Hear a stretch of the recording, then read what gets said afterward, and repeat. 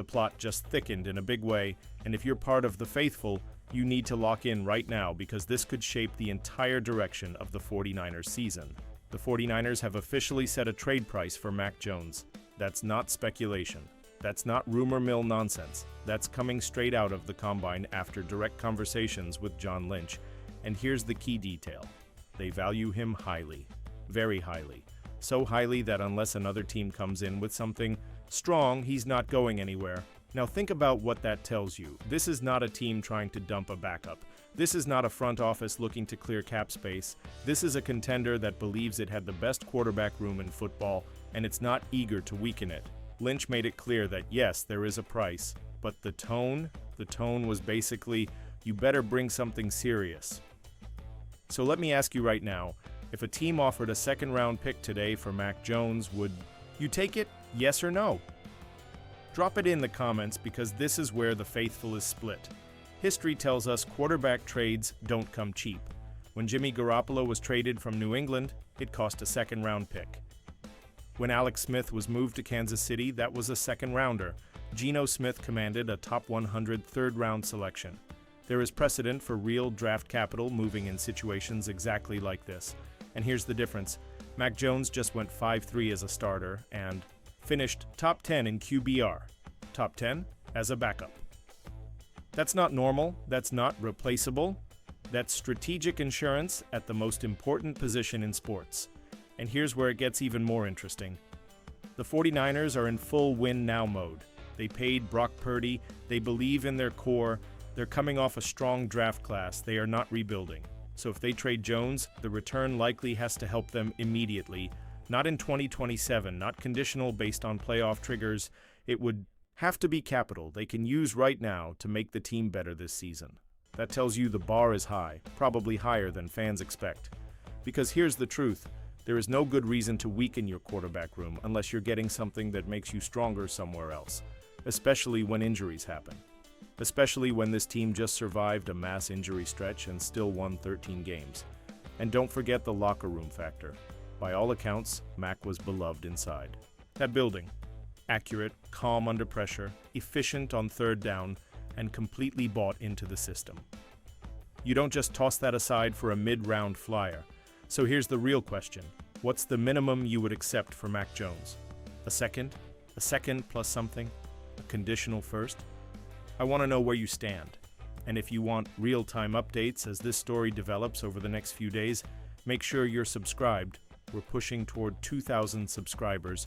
And if you're watching right now and not subscribed, you're basically in the building but not officially part of the squad. Fix that. Because what we're about to break down next is exactly why the 49ers value this quarterback room so much, and why the numbers prove this wasn't hype. Now let's really dig into why this conversation even exists in the first place, because none of this matters if Mac Jones was just average. None of this matters if the quarterback room was just solid. But that's not what happened. What happened was the 49ers quietly had the best quarterback room in the entire NFL, and the numbers back it up whether the national media wants to admit it or not. Start with Brock Purdy.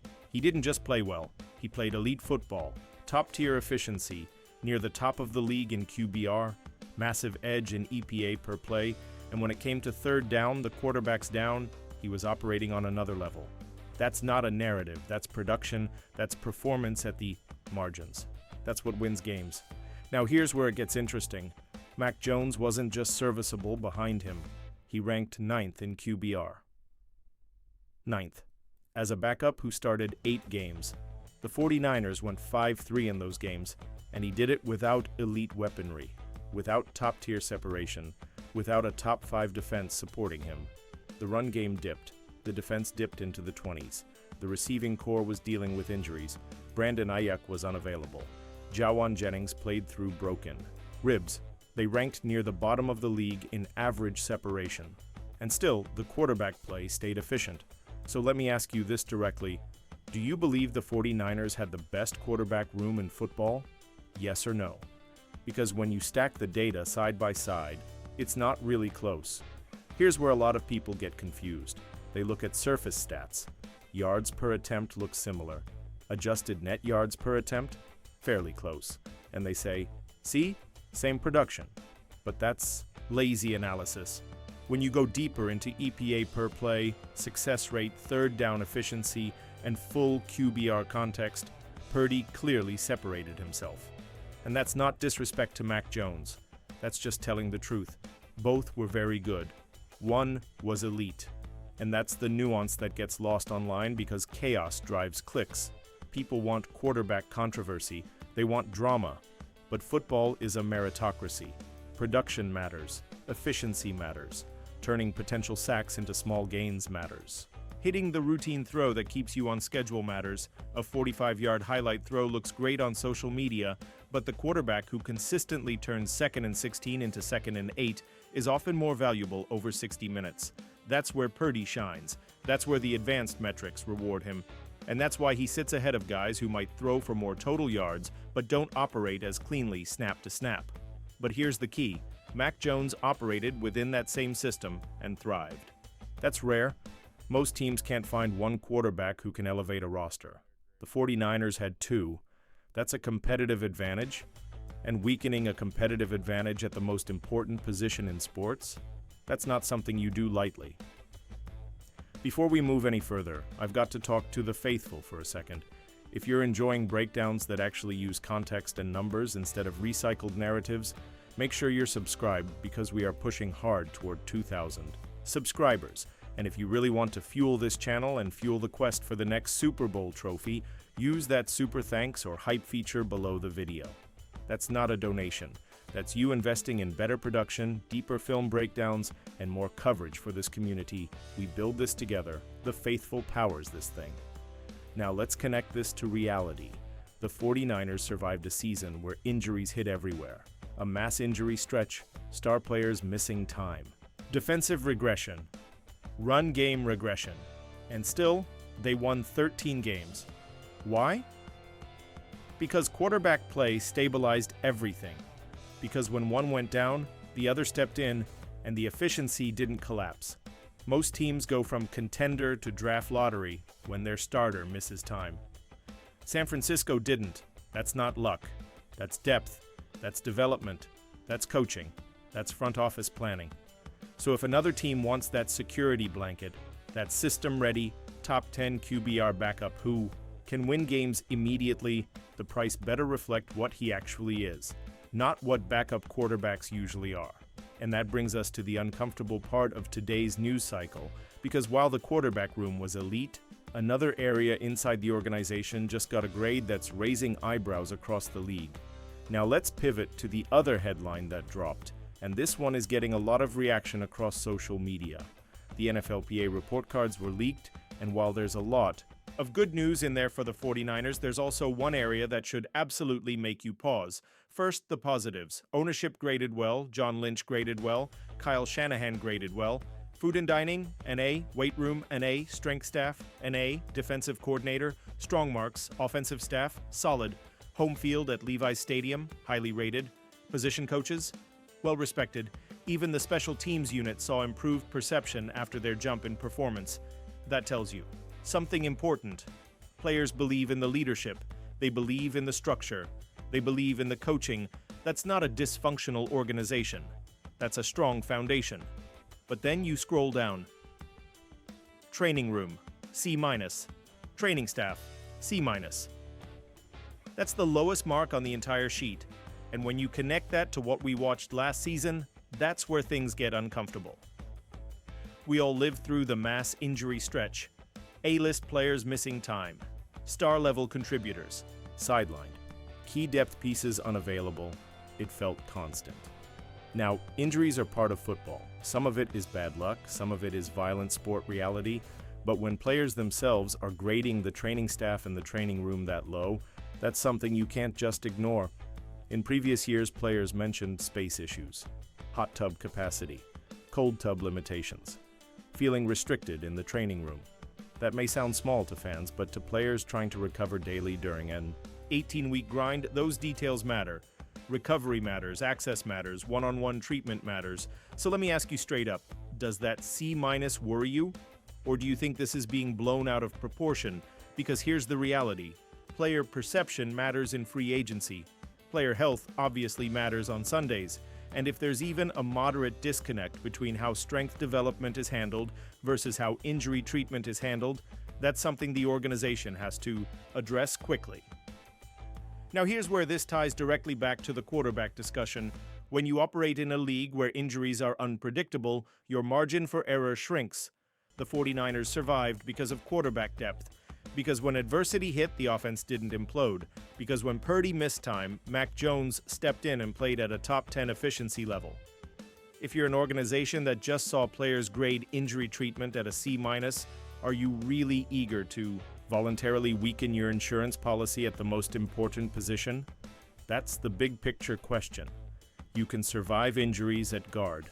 You can scheme around injuries at linebacker. But if you don't have stability at quarterback, your season can disappear in a month. And that's why this entire situation feels interconnected. The report card isn't just a PR story, it's context. It's a reminder that durability is fragile, that health is volatile, that championship windows are thin. Make sure you're subscribed and have notifications turned on, because if the 49ers respond to this internally, or if we hear more details about the training staff situation, you're going to want updates immediately. Now let's zoom out one more time. Quarterback depth, injury volatility, a championship caliber roster, a division that isn't getting any easier. If you put all of that together, you start to see why trading Mac Jones might not be as simple as some fans think. Reply with C and we'll bring it all home and talk about the real risk the 49ers are weighing right now. Fabiai. When you zoom all the way out and look at this from 30,000 feet, this isn't just about a backup quarterback. This is about risk management inside a championship window. The 49ers are not rebuilding. They are not resetting. They are not experimenting. They are in go-for-it mode. Brock Purdy is paid. The core is intact. The front office believes in this roster. And they just proved they can survive serious adversity and still win 13 games. But here's the uncomfortable truth about the NFL. Adversity doesn't ask permission before it shows up again. You just saw players give the training staff and training room a C-. You just watched a season where star players missed time in clusters. You compete in a division where the margin between 13 wins and 9 wins is razor thin. The NFC West isn't soft, it isn't forgiving. It's a weekly fight. So now ask yourself this. Is weakening the best quarterback room in football worth a second-round pick? Is it worth a mid-round asset? Or does it only make sense if the return immediately strengthens your ability to win right now? Because that's the lens the 49ers are using. They know what they have. They know Purdy was elite. They know Mac Jones delivered top 10 efficiency in his starts. They know most franchises are scrambling just to find one competent quarterback. They have two who can function at a high level inside this system. That's not common. That's not easily replaced, and if another team wants to pry that away, the offer has to reflect more than backup value. It has to reflect insurance value, stability value, competitive advantage value. So here's the final question for you. Would you rather keep Mac Jones as the most overqualified backup in football, or flip him for picks and trust that you won't need that safety net? Drop your answer in the comments. I want to see where the faithful stands on this, because this decision could shape the entire season. If you've made it this far, make sure you're subscribed. We are pushing toward 2,000 subscribers, and this channel grows because of you. Every breakdown, every piece of context, every analytic deep dive is built for fans who actually care about what's real and what's noise. The next few days are going to be pivotal. If a team meets the price, we'll break it down instantly. If the 49ers hold firm, we'll explain why. Either way, you're going to want to be locked in. Now tell me, would you pull the trigger on a trade, or are you keeping the best QB room in football intact? Before we wrap completely, let me know what you prefer next.